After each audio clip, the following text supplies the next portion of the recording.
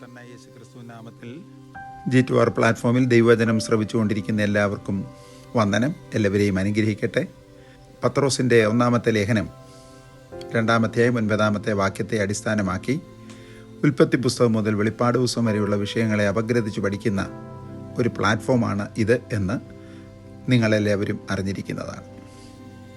അതിൽ ലേവ്യ പൗരോഹിത്യത്തിൻ്റെ കീഴിൽ അമർന്നിരുന്ന ദൈവത്തിൻ്റെ പ്രത്യേക ജനമായിരുന്ന ഇസ്രയേലിന് കൊടുത്ത നിയമങ്ങളും ന്യായപ്രമാണങ്ങളും മാറ്റമില്ലാത്തതും വ്യക്തമുള്ളതും ആയിരുന്നു എങ്കിൽ രാജകീയ പുരോഹിതവർഗമാകുന്ന നമുക്ക് നൽകിയിരിക്കുന്ന ദൈവിക പ്രമാണങ്ങളും വ്യക്തമുള്ളതും മാറ്റമില്ലാത്തതും അത്രയും. ഇസ്രയേലിലെ ന്യായാധിപന്മാർ അവരുടെ പെരുമാറ്റച്ചട്ടം ദൈവവചനത്തിൽ വളരെ വ്യക്തമായി അവരുടെ നടുവിൽ അവർ എങ്ങനെ പ്രമാണിക്കണം, കാര്യങ്ങൾ എങ്ങനെ പെരുമാറണം, നിയമങ്ങളും വിധികളും എങ്ങനെ അവർ അനുസരിക്കണം എന്നിത്യാദിയുള്ള കാര്യങ്ങൾ കൊടുത്തിരുന്നു. അതിൽ എന്തെല്ലാമാണ് ഇസ്രായേലിലെ ന്യായാധിപന്മാരുടെ നടുവിൽ അത് നമ്മൾ കണ്ടല്ലോ. 1000 പേര്, 100 പേര്, 50 പേര്, 10 പേർക്ക് ഇങ്ങനെ വിഭജിച്ച ഗ്രൂപ്പുകളായി കൊടുത്തിരുന്ന ന്യായാധിപന്മാർക്ക് കൊടുത്തിരുന്ന പെരുമാറ്റച്ചട്ടം. അതിൽ ഒന്ന് ആവർത്തന പുസ്തകം 1:17 ന്യായവിധി യഹോവയ്ക്കുള്ളത്, നമ്മുടെ സുപ്രീം കോടതി പോലെ.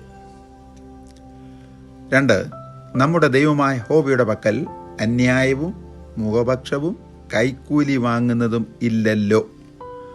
ദിനവൃത്താന്തം 2 പുസ്തകം 19 7 വാക്യം. 3 ഭൂമിയിൽ ന്യായം വിധിക്കുന്ന ഒരു ദൈവമുണ്ട് നിശ്ചയം എന്ന് ലോകത്തിൽ പാർക്കുന്ന എല്ലാ മനുഷ്യനും പറയും.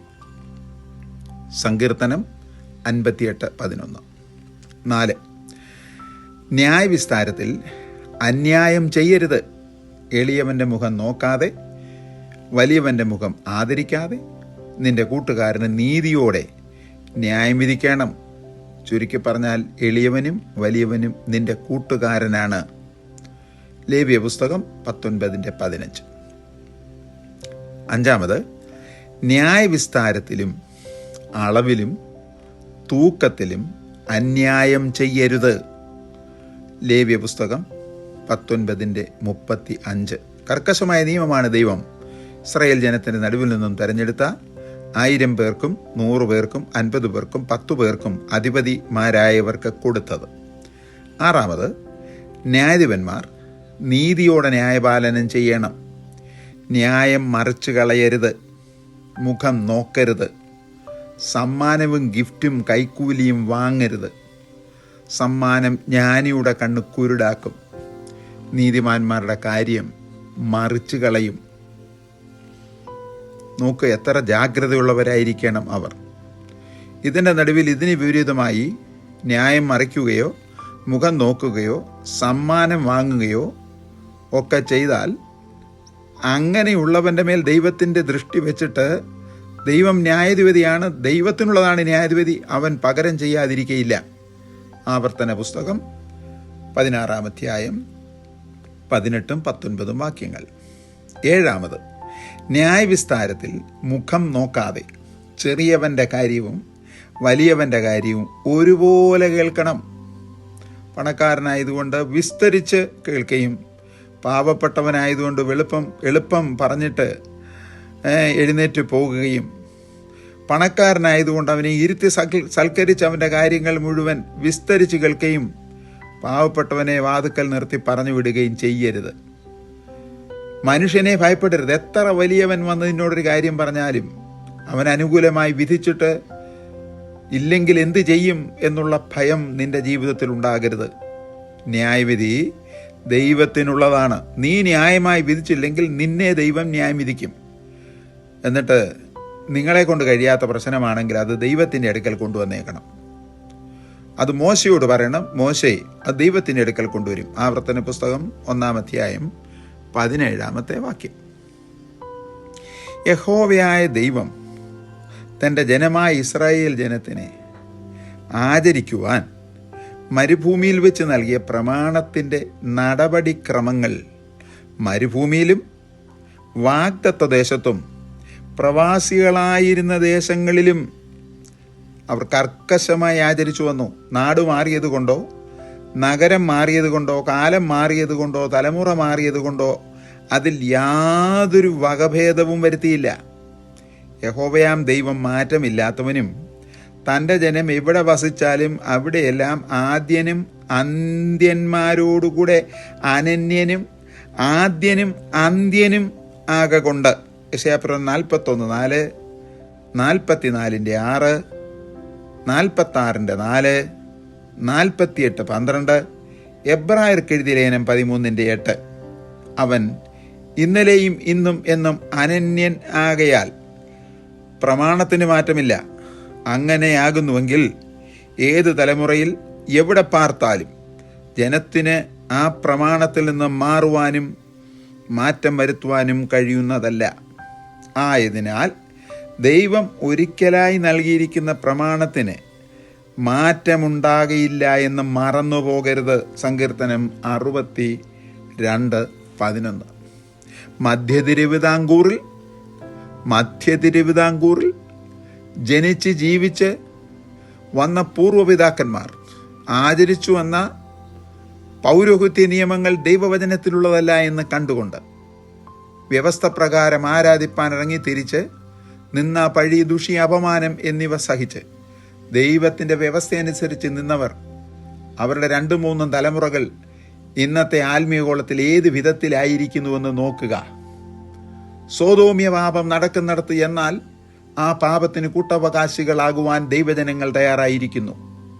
അമേരിക്കയിൽ വന്നാൽ അമേരിക്കൻ കൾച്ചർ, ഇംഗ്ലണ്ടിൽ ചെന്നാൽ അവിടുത്തെ കൾച്ചർ, അറബി ദേശങ്ങളിൽ പോയാൽ അവിടുത്തെ കൾച്ചർ, ഓസ്ട്രേലിയയിൽ ചെന്നാൽ അവിടുത്തെ ആദിവാസികളുടെ കൾച്ചർ പകർത്തുവാനല്ല ദൈവം തൻ്റെ ജനത്തെ വിളിച്ചിരിക്കുന്നത്.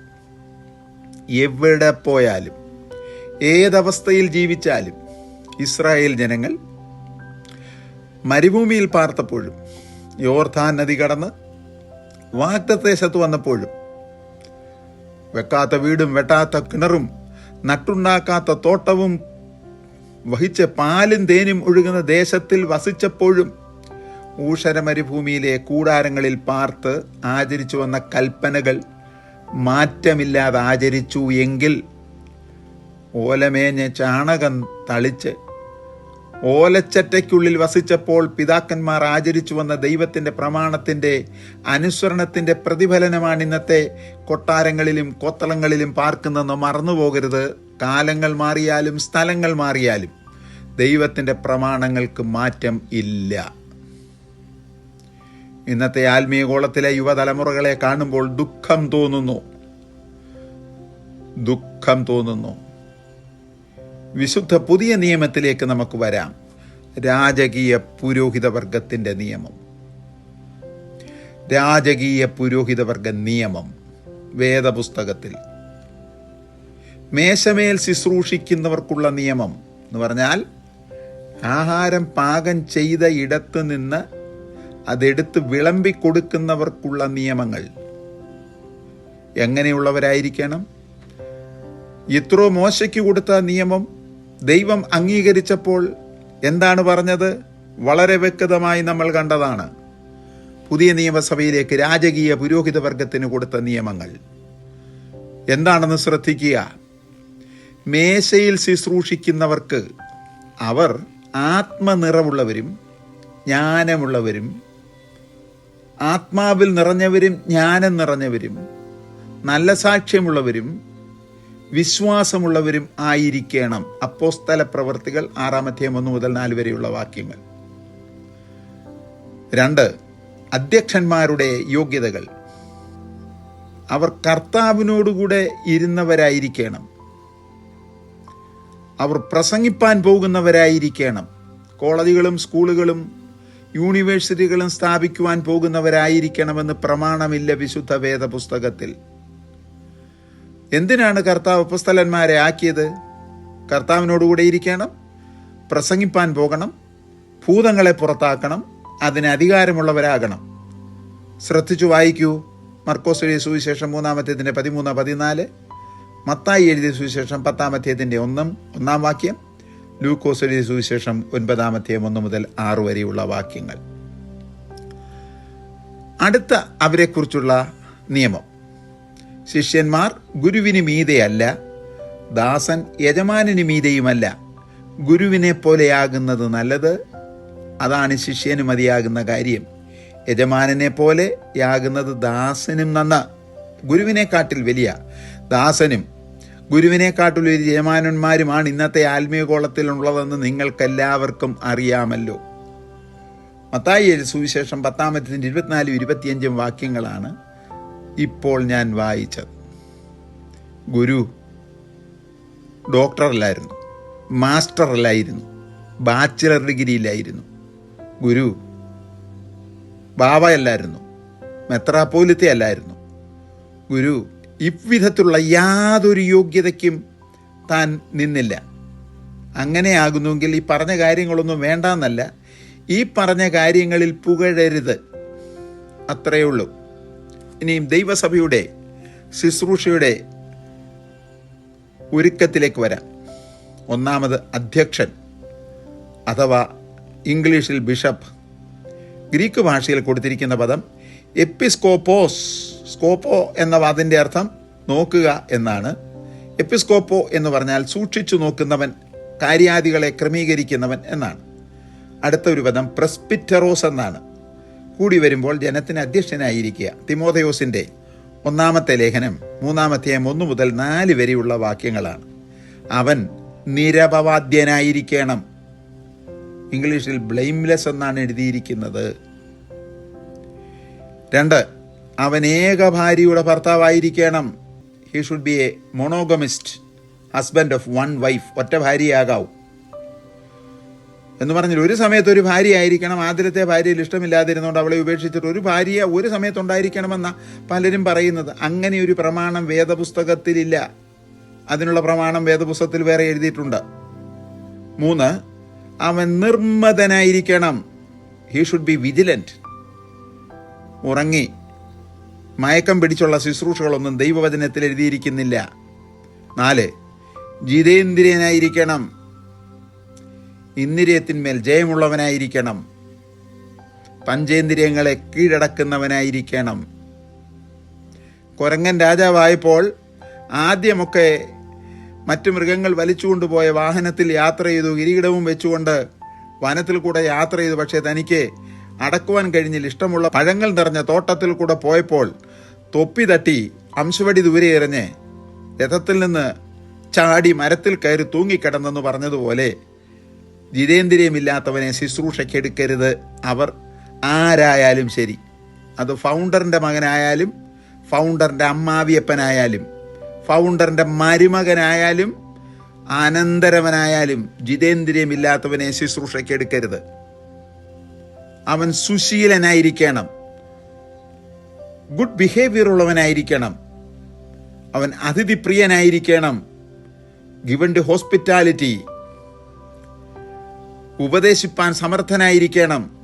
അവനോട് സംശയങ്ങൾ ചോദിച്ചാൽ 1 മാസം കഴിഞ്ഞു ഞാൻ പിന്നീട് ആരോടെങ്കിലും ചോദിച്ചു പറയാം എന്നോ എളുപ്പം ഐപാഡോ ഐഫോണോ എടുത്ത് സംശയം തീർക്കുന്ന വ്യക്തിയല്ല. ഉപദേശിപ്പാൻ അവൻ സമർത്ഥനായിരിക്കണം. He should be apt to teach. മദ്യപനായിരിക്കരുത്. He should not be given to wine.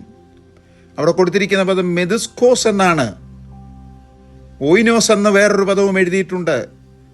ബ്രാൻഡിയും ചാരായവും 3X റമ്മും ഒന്നും കുടിക്കുന്നവൻ അരുത്. ഡോക്ടർ പറഞ്ഞു പോലും കിടക്കുന്നതിന് മുമ്പ് അരപ്പഗ് അടിച്ചോളാൻ, അത് ഹൃദയത്തിൻ്റെ വാൽവുകൾക്ക് നല്ലതാണെന്ന്.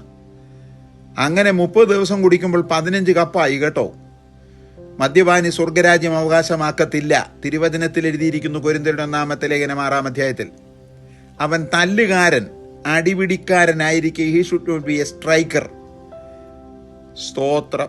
ഞാൻ അറിയാതെ തല്ലിപ്പോയതാ, ക്ഷമിക്കണം എന്ന് പറയുവാൻ അവൻ തല്ലുകാരനായിരിക്കരുത്. ഇന്നത്തെ ആത്മീയ കോളത്തിൽ അടിപിടി നടത്തുന്ന എത്രയോ ശുശ്രൂഷന്മാരും സെൻട്രൽ പാസ്റ്റർമാരും മേഖലാ ഡയറക്ടർമാരുമുണ്ട്. 10, അവൻ ശാന്തനായിരിക്കണം. കേൾപ്പാൻ വേഗതയും പറയുവാൻ ഉത്തരം പറയുവാൻ താമസവും ഉള്ളവനായിരിക്കണം. He should be sober and he should be a patient man. അവൻ കലഹപ്രിയനായിരിക്കരുത്. 11ാമത്തെ കാര്യമാണ്, you should not be a brawler. തമ്മിൽ 2-3 പേരെ കൂട്ടി അടിപ്പിച്ചേച്ച് അതിന് പ്രശ്നപരിഹാരം കാണുവാനായി പോയി മിടുക്കനാണെന്ന് ചമയുന്ന പാർട്ടിക്കാരനെ ശുശ്രൂഷകന്മാരാക്കരുത്. കലഹിക്കാത്തവനായിരിക്കണം. 12 വിശുദ്ധ പൗലോസ് അപ്പോസ്തലൻ തിമോഥെയോസിന് എഴുതിയിരിക്കുകയാണ്. എഫെസോസിലെ വിഷയങ്ങൾ മാത്രമല്ല, എഫെസോസിൽ ഞാൻ വിട്ടുവന്ന കാര്യങ്ങളെ ക്രമീകരിക്കാനാണ് മകനെ അവിടെ ആക്കിയിരിക്കുന്നത്. എവിടെയെങ്കിലും ക്രമീകരിക്കപ്പെടാത്ത വിഷയങ്ങളുണ്ടെങ്കിൽ ഈ വിഷയങ്ങൾ വെച്ച് വേണം ക്രമീകരിക്കേണ്ടത്. അധ്യക്ഷൻ ദ്രവ്യാഗ്രഹമില്ലാത്തവനായിരിക്കണം. He should not be covetous. എന്തെല്ലാം വിധത്തിൽ കൗശലങ്ങൾ പറഞ്ഞാണ് പണം സമ്പാദിക്കുന്നത്. അന്യരാജ്യങ്ങളിൽ വിശേഷാൽ പോകുമ്പോൾ എന്തെല്ലാം പറഞ്ഞിട്ടാണ്. അയ്യോ, ഞാൻ പ്രാർത്ഥിച്ചു, 2 തവണ പോയി കിട്ടിയില്ല, ഇത്തവണ ദൈവത്തോട് ഞങ്ങൾ ഉപവസിച്ചു പ്രാർത്ഥിച്ച് കിട്ടിയതാണ്, എൻ്റെ ജീവിതത്തിൽ ദൈവം ചെയ്ത നന്മയാണ് എന്ന് പറഞ്ഞാണ് ഈയിടെ ഇവിടെ വന്ന് പലരും പണം പിരിക്കുന്നത്. അവൻ ദ്രവ്യാഗ്രഹമില്ലാത്തവനായിരിക്കണം. അടുത്തത് 13ാമത്തെ കാര്യം, അധ്യക്ഷൻ സ്വന്തം കുടുംബത്തെ നന്നായി ഭരിക്കണം. അപ്പൻ അവിടെ ശുശ്രൂഷിക്കുമ്പോൾ മക്കൾ അപ്പുറത്ത് കമ്പ്യൂട്ടർ ഗെയിംസും ഐഫോൺ ഗെയിംസും കളിക്കുന്ന പല ശുശ്രൂഷകന്മാരും ഇന്നത്തെ ആത്മീയ ഗോളത്തിൽ ഉണ്ട്. ശ്രദ്ധിക്കണം. ദൈവമക്കൾ ആലയത്തിൽ വരുമ്പോൾ പുസ്തകച്ചുരുളിന് പകരം നൽകിയിരിക്കുന്ന വേദപുസ്തകമാണ് കൊണ്ടുവരേണ്ടത്. ഇതിനകത്ത് വേദമല്ലാതെ വേറൊന്നുമില്ല. ഐഫോണും ഐപാഡും ലാപ്ടോപ്പും അല്ല ദൈവമക്കൾ കൊണ്ടുവരേണ്ടത്. എൻ്റെ എൻ്റെ ലാപ്ടോപ്പിനകത്തും ഒക്കെ 12 വിധ വേർഷനുണ്ട്. പ്രിയ സഹോദരന്മാരൊരു കാര്യം മനസ്സിലാക്കണം. 12 വിധ വേർഷൻ ബൈബിൾ ഉണ്ടെങ്കിൽ അതിനോടുകൂടെ 1500 പാപത്തിൻ്റെ വെബ്സൈറ്റുകളുമുണ്ട്. വേദപുസ്തകത്തിന് അതില്ല. അതുകൊണ്ട് മക്കളെ നന്നായി ഭരിക്കുന്നവൻ പൂർണ്ണ ഗൗരവത്തോടെ പരിപാലിക്കുന്നവനും ആയിരിക്കണം. ദൈവദാസീദാസന്മാരുടെ മക്കൾ അപ്പൻ പ്രസംഗിക്കുന്ന വിഷയത്തോട് ചേർന്ന് ദൈവത്തെ ആരാധിക്കുന്നവർ ആയിരിക്കണം. അല്ലാത്ത അനുസരണം കെട്ട മക്കളുള്ള പാസ്റ്റർ ആരായാലും സഭാസ്ഥാപകനായാലും ശരി, അവൻ ആ ശുശ്രൂഷ കൊടുക്കരുത്. തീത്തോസിനോട് വിശുദ്ധ പൗലോസ് പറഞ്ഞ വാക്യങ്ങൾ ശ്രദ്ധിക്കുക. 1-ാം അധ്യായം 5 മുതൽ 9 വരെയുള്ള വാക്യങ്ങൾ. രാജകീയ പൗരോഹിത്യ വർഗത്തിന് കൊടുത്തിരിക്കുന്ന നിയമമായത്. മൂപ്പന്മാരുടെ യോഗ്യതകൾ, എൽഡേഴ്സിന് കൊടുത്തിരിക്കുന്ന യോഗ്യതകൾ, പ്രസ്പിറ്ററന്മാർക്ക് കൊടുത്തിരിക്കുന്ന യോഗ്യതകൾ, എപ്പിസ്കോപ്പമാർക്ക് കൊടുത്തിരിക്കുന്ന യോഗ്യതകൾ, ഇംഗ്ലീഷിൽ ബിഷപ്പന്മാർക്ക് കൊടുത്തിരിക്കുന്ന യോഗ്യതകൾ. ഈയിടെ ഒരാൾ എന്നോട് പറഞ്ഞു, ഞങ്ങൾ ചർച്ച് ഓഫ് ഗോഡിൽ ഈ ശുശ്രൂഷയുടെ നേതൃത്വം വഹിക്കുന്നവരെല്ലാം ബിഷപ്പന്മാരാക്കി പ്രൊമോട്ട് ചെയ്തിരിക്കുന്നു. അത് ടെന്നസിയിൽ നിന്നുള്ള കൽപ്പനയാണ്. പോകട്ടെ, കിടക്കട്ടെ, അതിന് കൺകാണി എന്നാണ് തമിഴിൽ കൊടുത്തിരിക്കുന്ന പേര്. ബിഷപ്പ് ഇംഗ്ലീഷിൽ വന്നപ്പോഴത്തേക്ക് എന്തോ ഒരു ഗമയാ. അവൻ കുറ്റമില്ലാത്തവനായിരിക്കണം. He should be blameless. അവൻ ഏകഭാര്യയുടെ ഭർത്താവായിരിക്കണം. സ്തോത്രം. അമേരിക്കയിലെ സഭകളൊക്കെ വലിയ ശുശ്രൂഷകന്മാർ മുൻപിൽ പ്രസംഗിക്കുമ്പോൾ ഡിവോഴ്സ് ചെയ്ത ആദ്യത്തെയും 2ാമത്തെയും ഭാര്യമാർ സദസ്സിലിരുന്ന് ദൈവവചനം കേൾക്കുന്നു എന്ന് പറയുന്നവരുണ്ട്. 3ാമത്തെ ഭാര്യ പ്ലാറ്റ്ഫോമിൽ ഭർത്താവിനോടുകൂടെ നിൽക്കുന്നു. വലിയ സഭയാ വരുന്നോ കേൾക്കാനെന്ന്. അതേ വലിയ പ്രാസംഗന്മാർ പോലും. അങ്ങനെയുള്ളവന്റെ സഭയിൽ മെമ്പർഷിപ്പ് എടുക്കുകയോ പോകുകയോ കേൾക്കുകയോ ചെയ്യരുത്. ദുർനടപ്പിന്റെ ശ്രുതിയോ അനുസരണക്കേടിലോ ഉള്ള മക്കൾ വിശ്വാസികളായിരിക്കുന്ന ശുശ്രൂഷകന്മാർക്ക് ഉണ്ടായിരിക്കരുത്. Having faithful children. അവരുടെ മക്കൾ വിശ്വസ്തരായിരിക്കണം. ഞാനിപ്പോൾ സമയം അതിക്രമിച്ചതുകൊണ്ട് ഇവിടെ നിർത്തുന്നു. തുടരും.